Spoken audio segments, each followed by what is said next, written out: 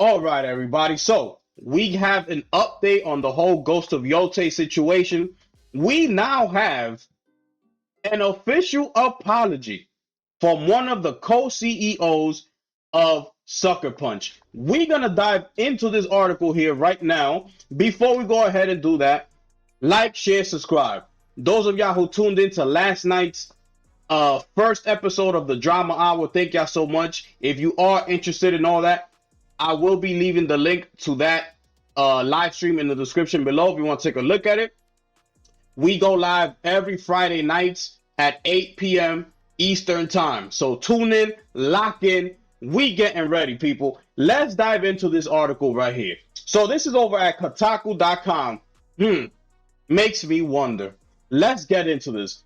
Sucker Punch studio head comments on firing dev who joked about Charlie Kirk's death. Let's get into this, ladies and gentlemen. So here we go. They start talking about the whole thing that happened over there, right? We don't need to get into all that again, right?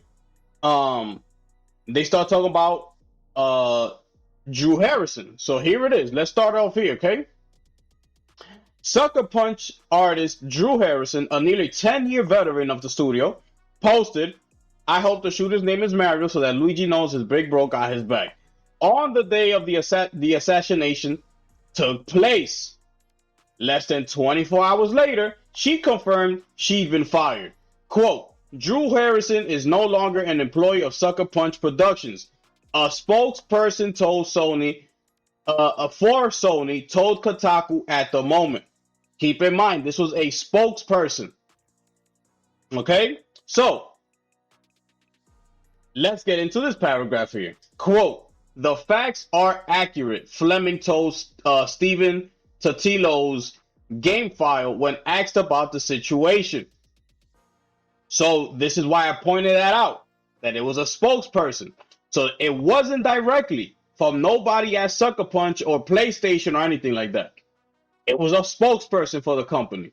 Now, Fleming now had to confirm it and say, yes, the facts are accurate, okay? She no longer works here. Let me continue.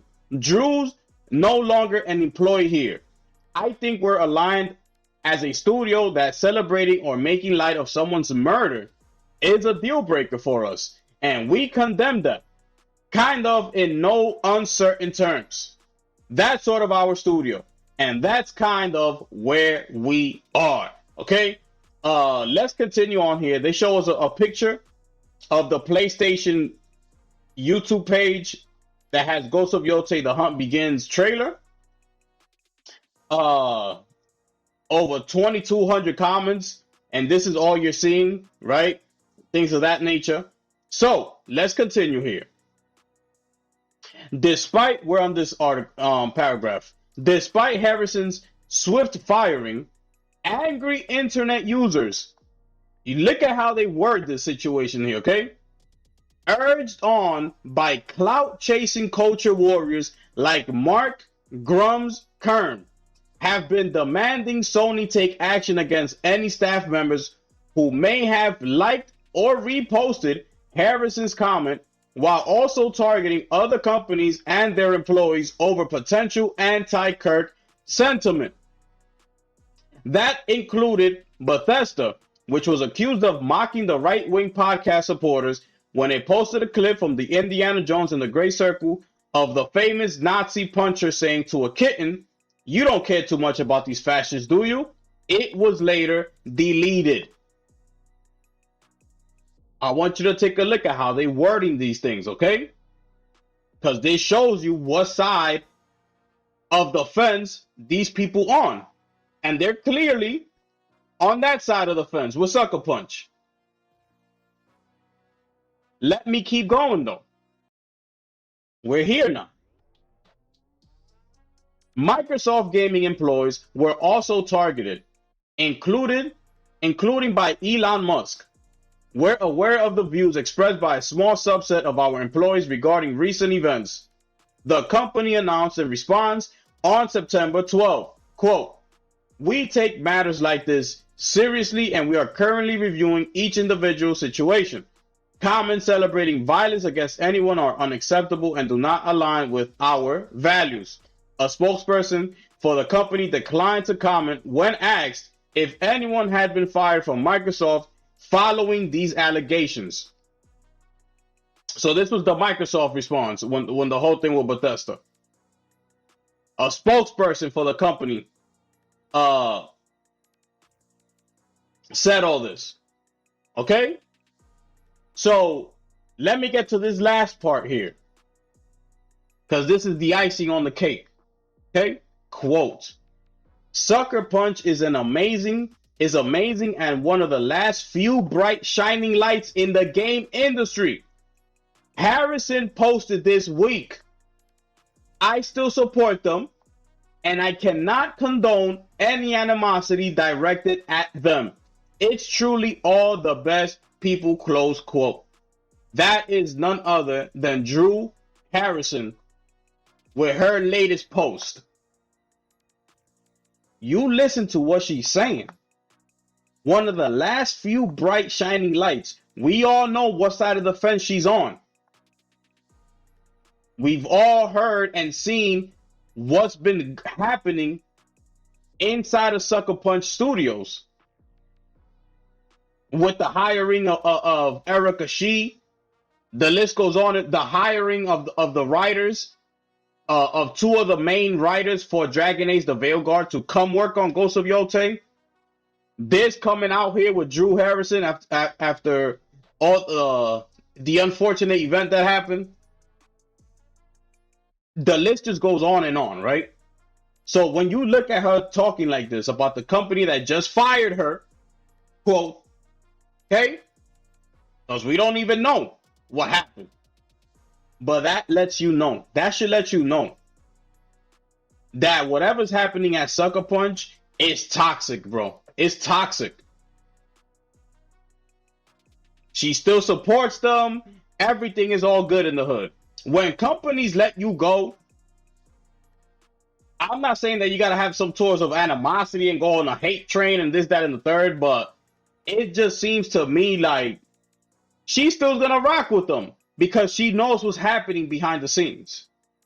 She knows how they move. The agenda that Sucker Punch has, she knows it because she's been there.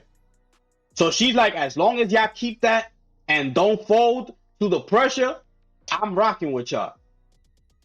Because y'all some of the few out here that are trying to keep this movement going in the gaming industry, which is pushing a type of agenda onto the audience. That's what she's saying.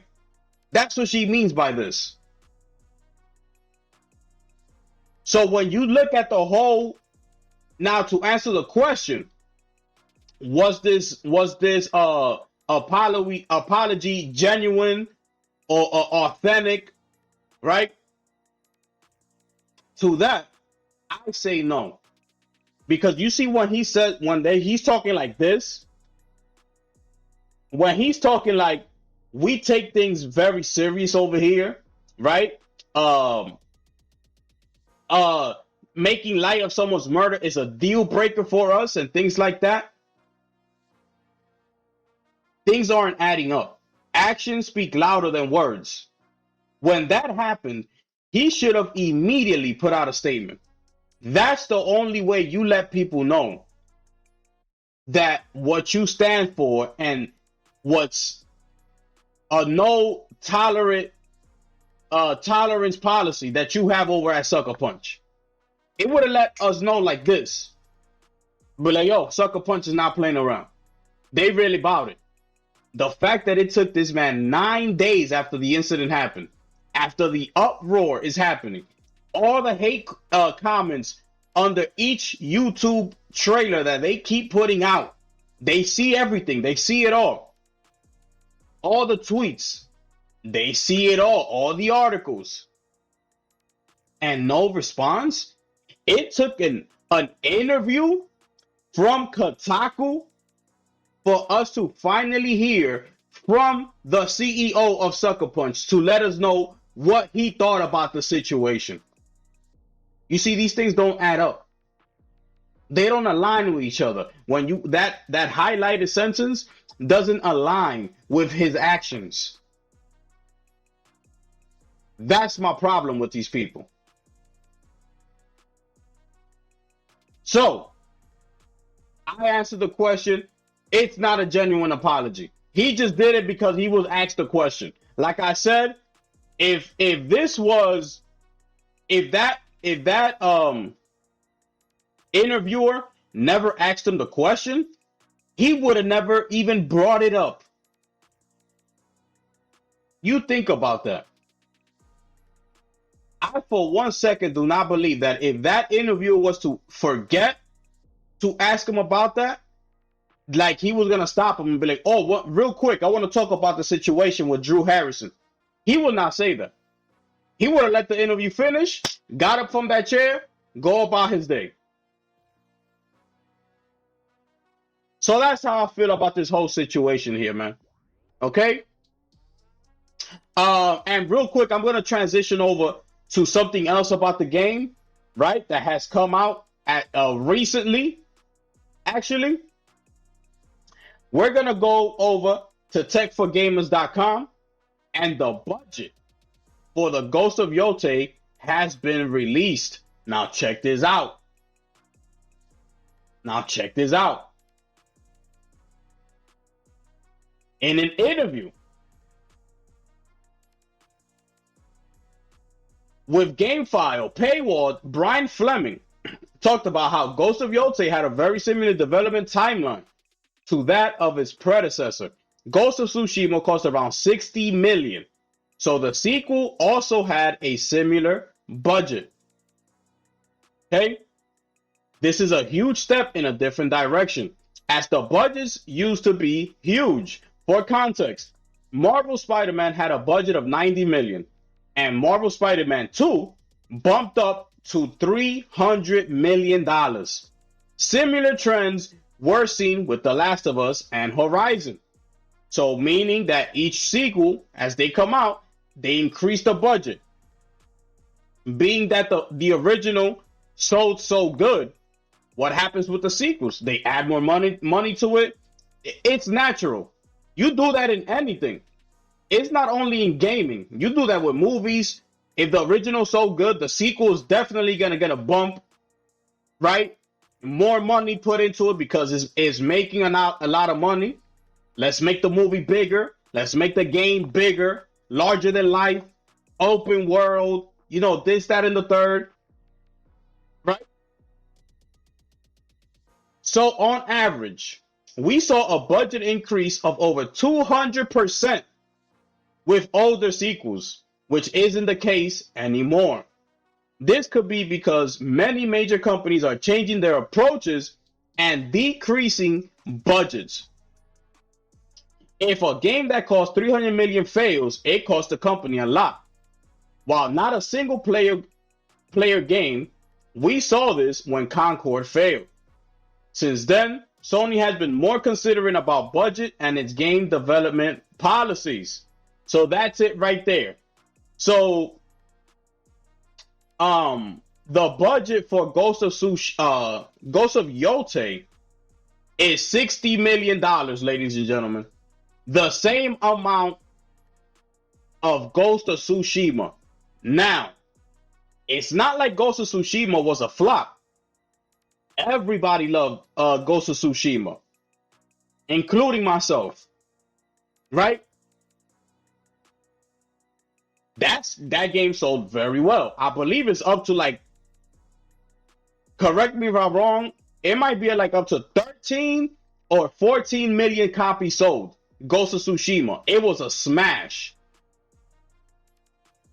For Sony PlayStation to go ahead and give Sucker Punch the same budget for its sequel says a lot. And that's why if you go look back at that 20-minute deep dive that I kept telling y'all about, I don't like what I'm seeing. It looks the same. And granted, people take that the wrong way. They're like, oh, it's a sequel. What do you want it to be? It's supposed to this, that, and the third. I get it. It's going to have a lot of similarities to the original.